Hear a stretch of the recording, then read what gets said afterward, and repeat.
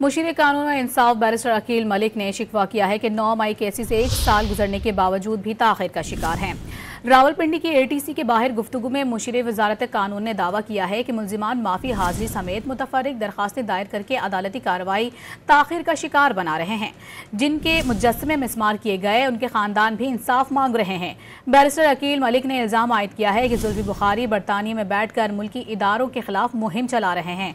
उनको पाकिस्तानी अवाम से कोई सरोकार नहीं। रावलपिंडी की एटीसी के बाहर गुफ्तगू में मुशीर वजारत कानून ने दावा किया है कि मुल्जिमान माफी हाजिरी समेत मुतफर्रिक दरखास्तें दायर करके अदालती कार्रवाई ताखिर का शिकार बना रहे हैं। जिनके मुजस्समे मिसमार किए गए उनके खानदान भी इंसाफ मांग रहे हैं। बैरिस्टर अकील मलिक ने इल्जाम आयद किया है कि जुल्फी बुखारी बरतानिया में बैठकर मुल्की इदारों के खिलाफ मुहिम चला रहे हैं। उनको पाकिस्तानी अवाम से कोई सरोकार नहीं।